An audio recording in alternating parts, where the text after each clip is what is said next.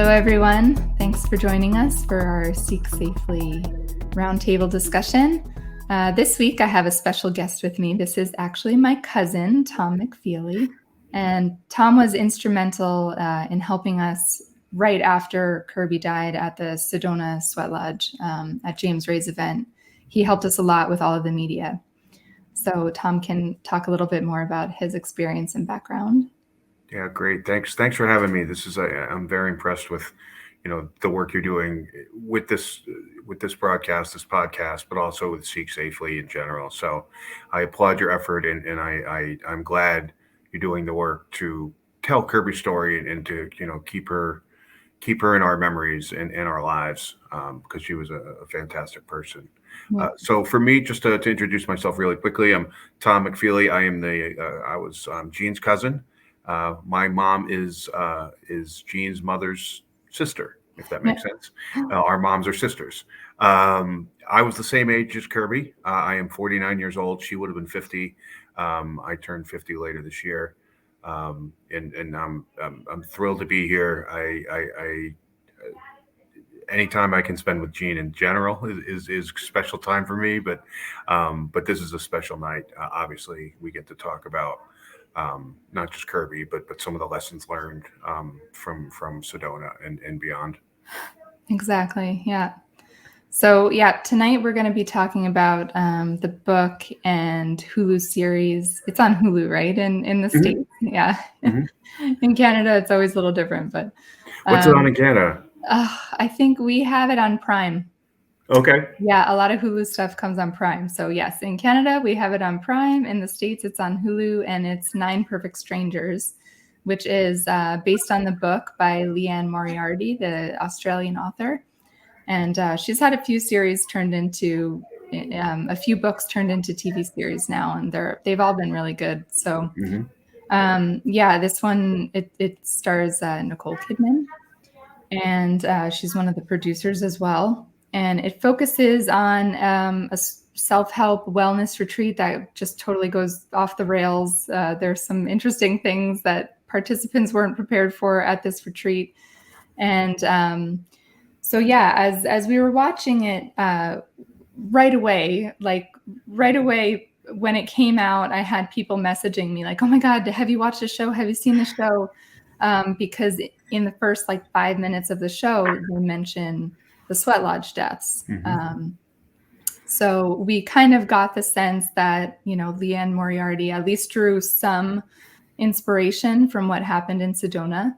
I actually did try to reach out to her. I got in touch with her publicist, I think, who wrote back to me, but I haven't actually spoken with Ms. Moriary yet. So hopefully I would love to hear her thoughts about her inspiration. But anyway, we thought it would be interesting, since the show has been pretty well received, to talk about it a little bit. So we're just going to have a discussion.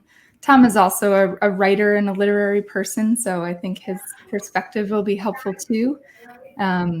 We're just going to talk about the show and kind of our impressions of it and some of the lessons that we drew from it. So what was your feeling when you start watching this show and they go, "Oh, those people who died in the Sweat Lodge"? What did that make you? Yeah, it sort of, obviously it hit me hard, only because it was just, recognition of the event. I hadn't read the book. I only read some of the book after the series. I have not finished the book, but when I heard that reference, I kind of strapped in and figured this was going to be a story about a controversial self-help week or 10 days, as it was in the story. I didn't think anything of it in terms of I wasn't upset, I wasn't pleased. I knew that our story, the Kirby story, and the people at the James Ray Sweat Lodge in Sedona, I knew that was destined to be a notable story. Whether you want to call it infamous or famous or any of that, I think we were destined for that. As you mentioned, I helped with media immediately from the first day. When your mom called me at 8:00 Friday morning, not even 12 hours later, I had a discussion with her about our story and if we choose to tell it, because I thought maybe the other two families might not be comfortable telling it, which turned out to be the case. Mm-hmm.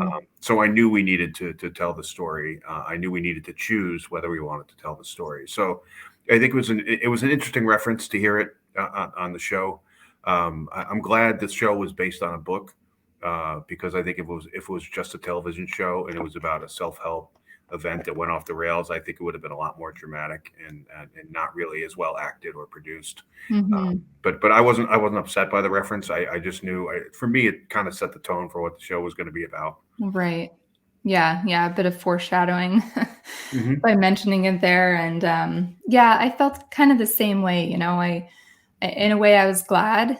Like, I think sometimes when you go through a tragedy, a personal tragedy, it's so impactful for you personally that it's Hmm. hard to reconcile the fact that it doesn't impact everybody else the same way that it has impacted you. Yeah. So to have it, brought up in such a prominent setting, it's sort of like validation of the fact that, yeah, this was like a really tremendous event that happened. Like and it has reverberations even for people who didn't know Kirby or the other victims. So Yeah, it was in such a that, it was such a highly unusual story, and I think, yeah. having like I said, having put the media together, the media campaign together to get the story out there, a couple things jumped out immediately for me. So we got the story. The story was on page one of the New York Times. Within days, I think a movie producer contacted us about possibly doing a story, which I don't think ever came to pass. Hmm. But I knew it was an unusual story. It was a sensational story.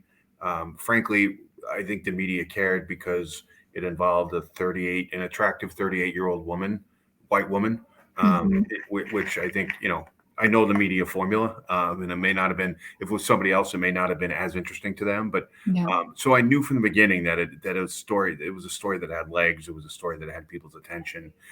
So I knew, and we've seen documentaries, we participated in films about it, and we've seen other pieces of, I would say, art or literature around this incident. So it was no surprise that whether it served as inspiration for this event. I know in Australia I think they've had other sweat lodge incidents or sweat lodge Hmm. controversies. So I think that might play into it too.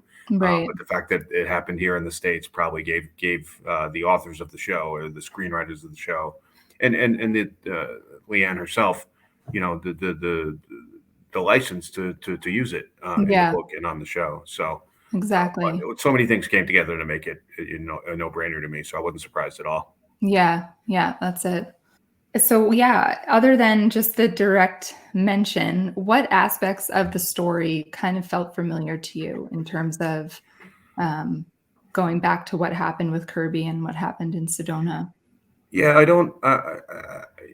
You've read more of the book than I have, so you'll be able to speak, I think, from that point of view. But from the show itself, I found, people were limited in their meals. They couldn't choose their meals. They got their smoothie in the morning, and their nutritional week was planned out for them based on individual. So when you have something like that, you get a red flag about it. I think there was Right.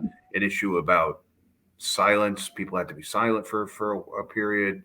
Um, Maybe there was reflection, where I mean, you couldn't speak for that period, but I think there was Hmm. also, you had to go away by yourself for a while. Hmm. So there are these elements of things that by themselves are fine, but when combined with other elements, like at the Sweat Lodge and in Sedona, you know, people couldn't sleep. Or they were encouraged to stay up all night, and then they were given too little food, and then all Right. those elements combined. So I found that a little bit similar. Yeah. Um, Obviously, this show had psychotropic drugs in it, so that was a little bit different. But it's certainly a more dramatic element than natural. That whether it's NLP or a lack of nutrition or a lack of sleep Hmm. that happened. But I found those things to really maybe it altering people's minds to whether it gets them to a good place or a good realization or Hmm. or or you know lifts them up from rock bottom. It was that kind of combination that felt very familiar to me. Right. Yeah. And we know all of those aspects of like those forms of deprivation Hmm. make people more suggestible. Hmm. There's one interesting quote in the book that one of the characters has where he just says, like, it's so crazy. You see these people just going along with these things. And we know from some of the other participants in Sedona, you're in this environment and you're, being led down a path of not being able to make good choices for yourself. And before you know it, you're doing things that like you never would have thought that you would do before. So yeah, I thought that all definitely rang some bells for me. And we're very direct. If you go on Seek's website, we have lists of red flags, and like a lot of things were direct red flags. Yeah, I also thought. I think there are things that you can do that you didn't think you could do. Like, okay, for example, walking on hot coals. You know, obviously, if you keep walking, the temperature of the coals itself is not going to burn your feet. If you stand on a coal for 10, 15 seconds, maybe it's going to burn your foot. But you don't think you can do it. But it's also done in a way that won't harm 99% of the people. Right. So it's just a matter of like I never thought I could do that, but it was set up so that you could safely do it. That's a minor example. But then those other things, after you've slept by yourself in the desert overnight, or not slept, keeping a journal and going to sleep or not to sleep at 4 a.m. And then you get a breakfast that's too small. Maybe you get your smoothie. Then those things, then your brain starts to do things it wouldn't normally do, and that's when it gets really dangerous. Yeah, for sure. I also thought the main character, who is her name is Masha, and she's played by Nicole Kidman. She also, to me, was very like your very stereotypical guru type figure.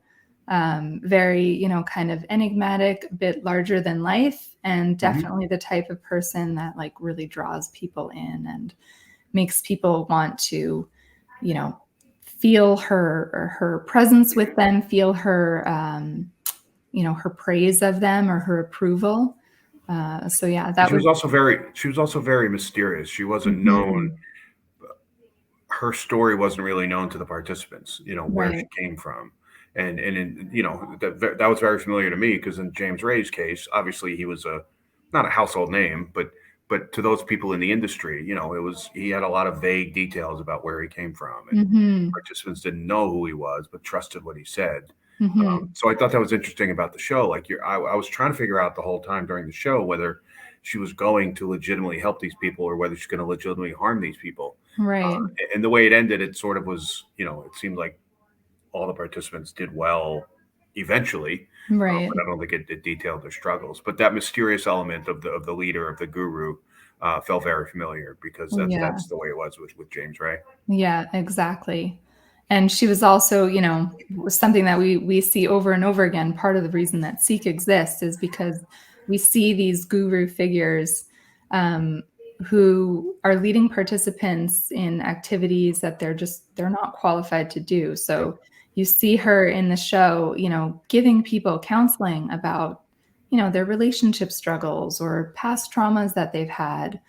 And you're going, oh my God, like you might have a knack for reading people, but you're not qualified to do this. And this is something that we see happening over and over again, which is why, it's not always just physical harms that are a possibility for people at these types of events. It's also emotional or mental harm that can happen to participants. So yeah, and I think one element that was in the show I hadn't thought about until now, that I've seen, when we've seen the tapes of James Ray's events, and we've heard the tapes from Sedona and some of the things, including Kirby herself, things you hear the participants talking about, very personal things that happen to them, and people are free to share whatever they wish to share, but I have to think that can damage people in terms of, it might feel good in the moment, but it can also cause like lasting damage, or more short to medium term, pain for people, to have them come out and be that exposed. Yeah, exactly. And so that felt very familiar. And although in the show, it was a little bit more one-on-one. The characters seemed to share more with each other. Everyone seemed to buddy up with somebody else. Right. So they had that element, but sometimes in the full room, when everybody was there, or at breakfast, people made these admissions, or were felt inspired to make an admission, and I'm not sure they would have normally done that, or that it was healthy to begin with. Yeah, exactly. Yeah, it's one of the things that I remember watching all of the stuff about Nexium, the Mhm. cult in New York State. One of the things that they would do at their events was, do this like intense sort of counseling, focused counseling with people in front of a group. And they said that the point of that was to bring people to these breakthroughs. And you would see it happen like very, very quickly. But, knowing like, both my parents being therapists and, having some mental health professionals in the family, we know that that kind of work is not meant to be done quickly. A professional will slowly build up to their client having a breakthrough because it can be so intense for people. You don't want them to be having those moments so quickly like that. It's dangerous. Yeah, it is And dangerous, and it might feel good in the moment, or it might feel. I think feeling vulnerable is healing in general. mhm, When you can finally admit something or say something out loud that you've been holding back, but to make people do it in front of other people, even if they choose to do it, quote unquote, right. can be very damaging. Yeah, I think that's exactly. I think that's a really dangerous practice. So that's another thing that the show reminded me of.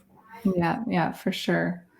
Yeah, and then another thing that comes up in the show very clearly is people's lack of consent for the activities that they're doing because they're just Mhm. totally unaware. So, I mean, it's funny in the show that they're all getting, they're secretly getting psychedelics. Like you learn this very quickly in the show. This is not a spoiler, but yeah, they're getting psychedelics in their morning smoothies, which of course is altering their behavior and altering their perceptions of what's going on. And so, right, the Sedona retreat did not involve psychedelics, but the idea that participants had, agreed to come to an event, but they didn't know all of the details of what was going to be happening. And they sign waivers that, they're not going to sue after the event if something happens, but you can't really make those decisions if you don't know the full extent of what's going to be happening at the event. So, Yeah, I mean, people sign waivers. I mean, they do it at every self help event and every mhm. almost every event you go to outside of your home. Yeah. You have to sign the waivers. Nobody ever reads them. Yeah. But even I think the nature of the waiver itself, in the James Ray case, wasn't very specific. It said, okay, it referenced a sweat lodge. It didn't say it was going to be in excess of 110 degrees or whatever Mhm. the temperature rose to, 130 degrees, whatever it was. It just didn't detail the levels of the danger. And maybe you signed that, I'll fast for a while and or for days, and then I'll go to in the desert overnight and not eat, and then the next day I'll have a buffet breakfast, but then followed shortly by a sweat lodge. So that combination, I'm sure, was not spelled out in the waivers, Mhm. and that ability to just for self help companies, self help gurus to say, well, people signed a waiver, they made the choice. Well, they didn't really make the choice. To the ability to back out of those events was hampered by lack of sleep, heat stroke, whatever it was that affected the people negatively. Um, Exactly. Lack of nutrition. So people were not in the mental state to make those choices, which I think makes the waiver meaningless anyway. But Mhm. yeah, it's those things you just have to watch out for that we've learned very well Yeah. through the Exactly. journey. But people really do have to watch out, and you know you have to read the fine print, I guess. But even that Mhm. probably is not enough. Yeah, exactly. Yeah, and then, along with that, when you have events that are physically taxing or emotionally taxing, and then there's not really a plan in case Mhm. something goes wrong, which is part of the legislation that Seek is pushing in New York State Mhm. is to address that problem specifically. So, that's something that definitely comes through in the show as well. One of the employees at the retreat center does have a medical background, the Yao character. Mhm. So I guess there was that at least, but he's still doing all kinds of things medically that it like definitely he should not be doing. And Oh yeah, and I mean, um, at least they had in the show a major medical facility. Like they seemed equipped for any situation, and who knows, what else they could have been doing in the medical not laboratory necessarily, but mhm, in the medical settings. We get the impression they did a lot of faulty or kind of underhanded, tricky medical practices in the show, but at least they had that. For James Ray, it was like a first aid kit you might have at a Girl Scout meeting. Like it was exactly. horribly So inadequate. It was horribly inadequate, and there happened to be a nurse, who was a participant, but they didn't have any medical staff. So those are the dangers you run into, and some of the questions that Seek has properly pointed out. Things you should be asking about. Yeah. So I remember, as I'm watching the show, I was just thinking like, okay, I can't decide whether I like it or not. Again, I like the idea that we're talking about this and exploring these types of events in, a different form that is accessible to so many people. I think that was good. But for me, it was kind of like, it sort of all hinges on how it ends. Yeah. For us, and we viewed it differently, I'm sure, than most other people did, because we were just trying to, we're obviously hypersensitive to the self-help industry. We've been through a similar experience.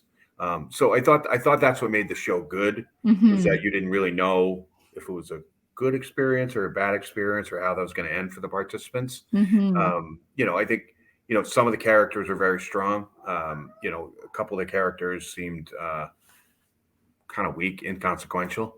But the main characters, the main participants they focused on, I thought were very well acted. It was a stellar cast of actors. So, I enjoyed the series, but I couldn't really watch it in the way I watched other shows. But it was definitely intriguing. But it was, to your point, and I think I said it earlier, I just didn't know whether I was supposed to like these people, whether I was rooting for Masha, or whether I was rooting against her, or how it was going to end. I mean, it ended, I think, in the way for her, it ended in the way I thought it might end. People had enough. It was interesting that the staff member that left, just she couldn't do it anymore. And we saw the same thing with James Ray to some degree. Most staff people stayed. Those who left didn't go to law enforcement or really talk to anyone about it. But that was an interesting element of it too, because we watched the show wondering if Masha would get arrested or under scrutiny or something. Right. So that was an interesting way to watch a show, but I just couldn't enjoy it the way I enjoy other shows, just because it's kind of the nature of the subject. Yeah, that's it. No, I was definitely sort of scrutinizing everything a bit more than I would have. I said to myself after I watched the show, I said, okay, well, I have to read the book now. I have to kind of see what. It's actually funny. I actually had that book on. I get ebooks from the library here in Chicago, and so I had that book. It was ready for me, but it was at the time I was reading like 2 or 3 other books. Right. So I put it back. I put it in the back of the queue, and it never came up again. Yeah. So when the show came on, I'm like, oh, that's great. But I almost didn't watch the show because I wanted to read the book first. You should always read the book first. Yeah. Exactly. But I happened to watch the show and then started reading the book and haven't finished it. Yeah. It was interesting that I would have read the book first, and that would have got my attention too. Yeah, no, I definitely recommend that people should read the book as well, because some things it does kind of shake out a bit differently in the book. How's the book? What's different in the book than from the show, or how is it? Are the characters portrayed differently, or more harshly, or more kindly? Some of the characters are a bit different. Some of the, the plot elements are a little bit different for some of the characters. I would say in the show, I found Masha's a more sympathetic character. In the book, she comes out a bit in a bit harsher light. Okay. And then the way it ends, for me, the show wrapped up for many of the participants a little too cleanly, and things are a bit more ambiguous with how they end for the characters in the book, which felt a bit more true to reality to me. I thought it was interesting, though, the idea that some of the characters certainly had a positive experience. And I think that, in a way that's accurate. Even people who went to James Ray's events, many of them had great experiences for themselves personally. And I think it's sort of good to realize that even a problematic guru or a problematic self-help provider can still provide some positive things for some people. it just doesn't negate the harm that they cause to other people. So I found that everybody's experience is different, and you know, look, like I said, hitting rock bottom helps a lot of people, and or realizing the depths of your pain or your loss or your grief or your trauma, whatever it is you're working through in your life. If someone can help you reach that and fix that and overcome the issues that you're having, you're going to be grateful to them. Mm-hmm. Other people, it's almost the means versus the ends. Does the end justify the means? And for some people it does. And I can see that, because if you get helped and you've tried everything, whether it's, that's my cat. If you've tried, a million other things, and this is the thing that worked, even though it might've been painful, it puts you on a better path. So I understand that, like, and we said this from the beginning, James Ray, helped a lot of people, and in some ways harmed a lot of people that they never knew. They never knew they were harmed until later. And then certainly at this event, and certainly, for people who weren't at this event, who are James Ray followers, it caused probably a lot of trauma, a lot of confusion. But yeah, it's different people react to different things. So I can understand. And that's, I think, the good point that that was made on the show is, people reacted differently. They all had different reactions to first being drugged, or not knowing what's in the smoothie, or like all those things came together, and they just didn't, so it was a different experience for everybody. And that's what self-help is really like. Yeah. Another thing that I think was good in the book was you get a little bit more of Masha's motivation for the different elements of the retreat. So, like she describes, in the show, the participants are sort of locked in a room and they simulate a fire for them. So they have to face their mortality. It's treated a bit differently in the book, but the idea behind it is the same, but she goes into explaining it a little bit more, what the purpose of it is. And she describes it as this dark night of the soul, when the participants, have to, like you're saying, the hitting rock bottom idea, she draws that picture very clearly, that they have to kind of get to the bottom, and like everything needs to be obliterated for them so that they can be rebuilt. And and I think there was discussion, obviously in Sedona for the James Ray event, he talked a lot about, you have to die before you can live again. Yeah, exactly. And there was very specific language about death and dying and being reborn. And I think there was an allusion to that in the show, but it was described usually differently, but it's the same idea. You have to get to the bottom. You need to die first. You need to bury a part of yourself, which, I can buy into that at some level, depending on the words you use. But for James Ray to say it's a good day to die, that's just not acceptable. But I think that just the notion that, like, you have to die. Okay, you can use the rock bottom instead is probably better, but or part of you has to die, or you have to get rid of this personality aspect of yours. But I think you probably see that a lot in self-help, and not very often do people physically die. But these gurus are going to push it and to be more provocative, and often they become dangerous. Yeah, exactly. And I think that's one of the things too, that for, if they haven't properly vetted their participants, they don't know what their psychological background is, and they don't have proper safeguards in place for the participants, that kind of language can be very dangerous for some of the participants. And it's also, and the show made a specific point that she picked the people, because it was you had to apply to get in, and it wasn't just pay the highest price. It wasn't just pay the money and you get to come. It was, she chose people based on their stories, and based on, I think, her ability, or her perceived ability to help them based on their conditions. So that was interesting. That was interesting, and that's a good point I hadn't thought about before. Yeah. Another thing that was interesting in the show that didn't happen in the book was, again, felt like a real reference to Sedona. There was a participant in the show. They make allusion to a participant who had died at a previous event, which, they kind of drop it in there, but then they don't really you don't really find out exactly what had happened to that person. So I was kind of curious about that, and what led them to put that detail in there. I thought that was interesting because that's certainly, one of the things that was true in Sedona was they had a Yeah, participant die just months somebody had earlier. died at a previous event. Yeah, so that was very interesting, and I thought it was an interesting parallel. I thought the sweat lodge that was in the show Mm-hmm. obviously wasn't a superheated sweat lodge, but it was still a reference to a sweat lodge. The thing I thought interesting about the sweat lodge in the show is that it always seemed to be on.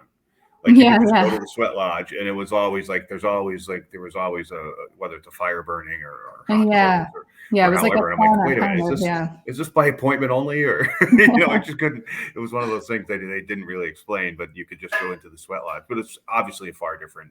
Yeah. It just wasn't the torturous sweat lodge experience that people in Sedona suffered. Yeah, no, that's it. So, yeah, all in all, I would recommend that people watch the show, read the book. I think it's, kind of an interesting, however much inspiration they may have drawn from Sedona, I think it's sort of good for people to explore this idea of these kinds of uh, potentially dangerous wellness, self-help type retreats. Um, what significance does it hold in your mind for this industry and these types of events? Well, I think after Sedona happened, I think if you told us back then that there would be a show about a mysterious guru who ran a questionable self-help practice that participants were put into danger, we would have signed. We would have signed on the dotted line. Mm-hmm. This is our story. This is the story we wanted out there. So I don't know if Sedona never happened, if this book would have been written, or if this show would have been put on.